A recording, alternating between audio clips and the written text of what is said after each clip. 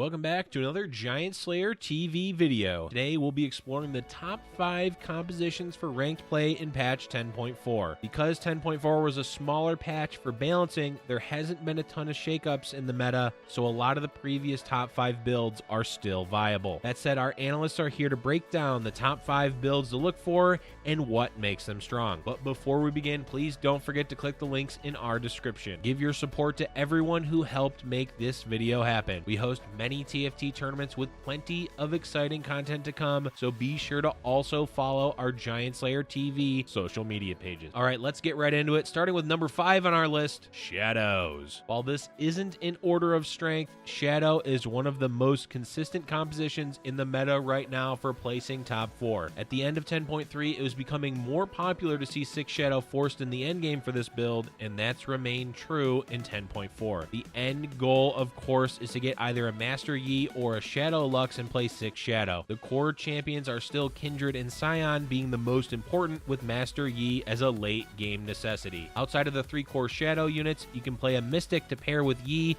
and frontline champions like a Mumu or Malphite at level 8. Shadow Lux can make getting 6 Shadow a bit easier, but if you're not able to find her, it's completely fine to round out the build with Senna, Veigar, and Malzahar. Senna in particular was buffed this patch by a small amount, so she's more viable than in previous metas. Look to give Kindred items like Hand of Justice, Rageblade, Seraphs, or Deathcap, and stack defensive items onto Scion like Guardian Angel and Quicksilver. Master Yi works well with attack speed items like Rageblade or RFC to increase his attack range. Zephyr is another amazing item for Shadows, as you can lift up the enemy front line so you can burst down the squishy backline champions. Even though Crystal was nerfed, it still gives Shadow the most trouble, so make sure to position your Kindred to not waste their burst damage on a Taric or frontline Crystal unit. Master Yi is a good counter to Crystal if you can get him 2-starred with attack speed items, as he can eat away at the Crystal champion's health fairly quickly. While weak to Crystal, Shadow is a great counter to Berserkers, but it's another case of being aware of positioning,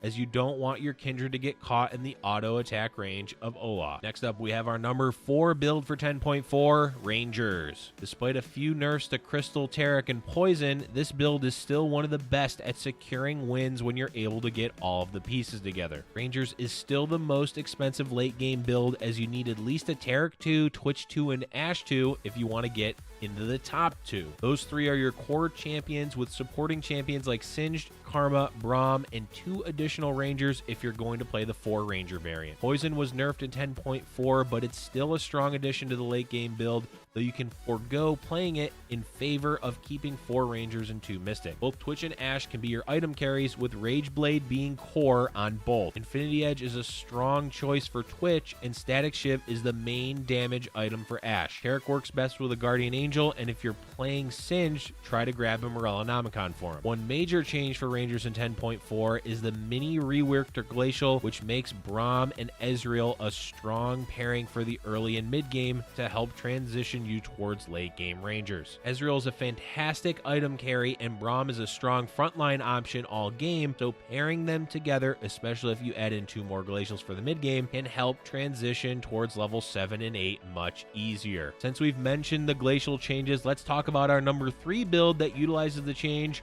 Berserkers. Berserkers have been in and out of the meta, and recently have been on the fringe of being a viable meta build. With changes to Glacial and buffs to Olaf, this build has returned in 10.4. Similar to Ranger, you can look to play early Glacial with Ezreal and Braum, in addition to Volibear and Warwick, to have a smooth early and mid game. From there, you want to transition into your core build, which is 6 Berserker with Olaf as the carry. Olaf received a health increase and a buff to his ultimate attack speed as a 1-star, so that, with the buff to 2 Glacial, has made Berserkers really shine in 10.4. Look to build RFC and Infinity Edge for Olaf, and if you find a spatula, you can turn him into an assassin to help get on the enemy backline. Ezreal will be your early and mid game carry, so you can give him an early Luden's Echo or Hand of Justice, but keep in mind that he usually won't make the final build. Other items to look for in Berserker are lockets that you can stack on either Scion or Mundo, and Zeeks, which can go on the same 2 champions. Despite the nerfs to Poison, it is still one of the best traits to add at level 8 with Singed and Twitch. It is possible to continue playing Glacial with 6 Berserker, especially if you find a Glacial Lux. 6. Lastly, Desert and Assassin are both viable options with Kha'Zix and Zed if you're able to make Olaf into an assassin. Moving on to our number 2 build, we have Summoner Assassin. This build was quite dominant in 10.3, mostly due to the power of Azir, and while it isn't as strong in 10.4, especially with the nerf to Azir, it is still a strong composition to play. Azir is still one of the best mid-game carries despite receiving a nerf to his starting mana and will carry mid-game fight. What's changed that's making this build not as dominant is the dominance of Six Shadow and the return of Berserkers. Berserkers in particular are hard for this build to deal with as they can mess up the pathing of your champions, especially Azir,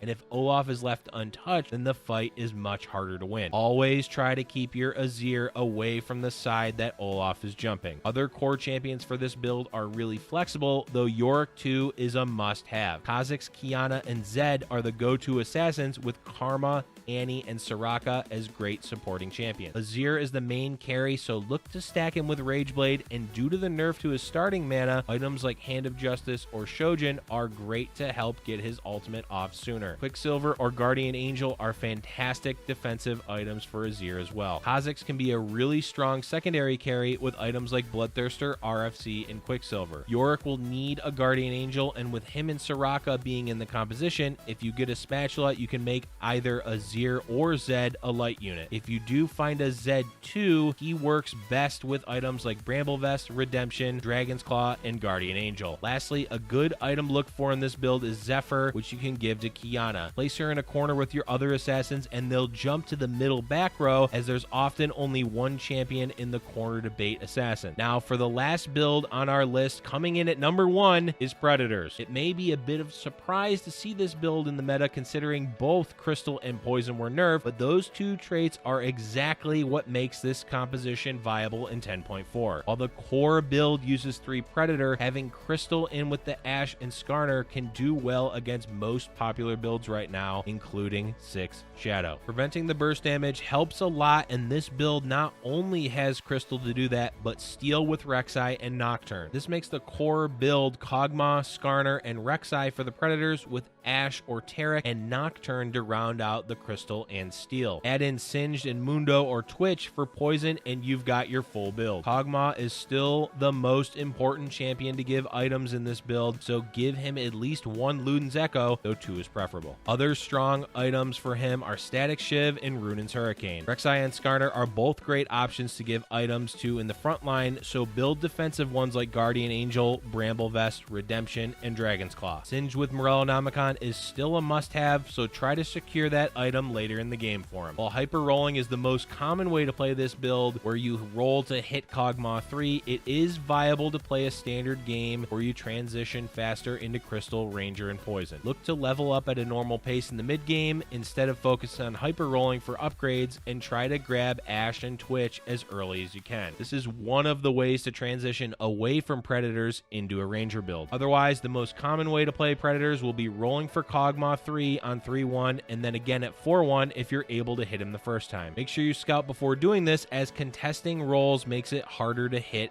any 3 stars. All right, that's going to be our top 5 builds for 10.4. Keep in mind, it's likely the meta will shift, and it's possible for some builds to fall out of popularity and others to rise up. Speaking of builds that have lost a bit of popularity, let's talk about our honorable mentions. To begin, we should talk about the Yasuo carry build that popped up in 10.3. While this build is still viable, it's much harder to be consistent with, as players have learned to properly deal with it. The core build is still Yasuo, Azir, Sivir, Karma, and Janna, with Aatrox, Master Yi, and Leona being common champions to add in. What's reduced the effectiveness of this build, aside from the mana nerf to Azir, is that most players are playing around the functionality of Yasuo's ultimate. Placing more items on the front line and less on the back line reduces the effectiveness of Yasuo by quite a bit. Aside from that, the meta builds right now aren't easy for Yasuo to deal with. In particular, the burst from 6 Shadow can burst down a lot of the champions in his composition. composition. Our next honorable mention build is Lights. This build is in an interesting spot right now because it's potentially a top 5 composition, but also may not be consistent enough to be one. With buff solution, he can become more viable as a carry, but it remains to be seen if it was enough of a buff to bring Lights to the forefront of the meta again. Yorick is still quite contested, and Lights are incredibly hard to pull off without Yorick too. With the buff to his attack damage ratios for his ability, Lucian will do well with more AD focused items like Infinity Edge, Deathblade, and Last Whisper. It may be that the buff solution are enough to help Lights be dominant again, and we may even see the return of husband and wife since Senna was also buffed in 10.4. That said, it remains to be seen if Lights will develop in the current meta. That is going to be it for our video today, folks. We're getting closer and closer to the end of set 2, so a lot of builds in the top 5 may remain viable for the next few patches. What new builds have you been liking? Comment below and let us know. As always, thank you, and be sure to like and subscribe, and we'll see you all in our next Giant Slayer TV video.